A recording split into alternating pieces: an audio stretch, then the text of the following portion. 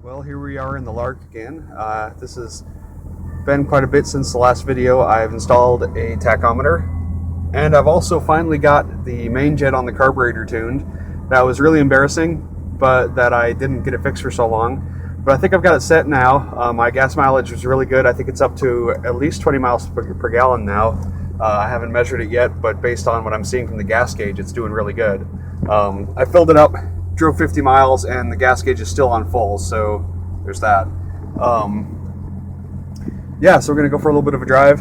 I've got to run to the store anyway, so I'll take a video while I go. Let's see. It's warmed up a bit. Put the choke in a little. And reverse. Now, before I adjusted the main jet, reversing like that after only warming up for like 30 seconds or so would have totally killed the engine. But as you can tell, it's a lot better now. Still a little bit finicky to get started, but much, much better. All right, I'm going to turn the camera off while I get around the corner and get onto a decent street. So at this point, this is my daily driver. I drive it to work pretty much every day when I don't take the motorcycle. It's my only car because I've sold my Fit. So this is all I've got. It actually does me really well. I've never really had any problems driving it around. The window gets a little bit annoying because it's kind of rattly.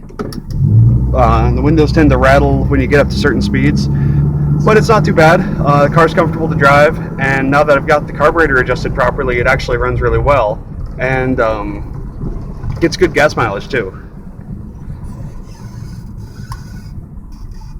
Just kind of cruising around the back streets here, where hopefully I won't get in any trouble for having my camera up. So when I get out onto the freeway, which I do occasionally, it'll do about 65 at around 3,000 RPM. So and I hear that that's not a bad cruising RPM for the engine.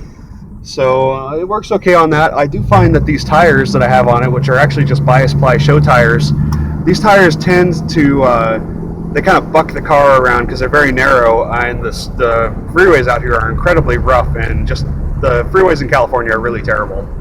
So that's a little unpleasant. I don't go on the freeway a ton because of that, but it certainly can keep up on the freeway, no problem. So I'm going to go ahead and turn the radio on, see how that works. Unfortunately, one of the only decent radio stations doesn't actually come in that great around here. It'll kind of fade in and out as we drive along, but hopefully it'll demonstrate that the radio does in fact work. And as far as I can tell, the problems with reception are due to the station that I'm listening to rather than the radio itself. Takes a little bit to warm up, but here it comes.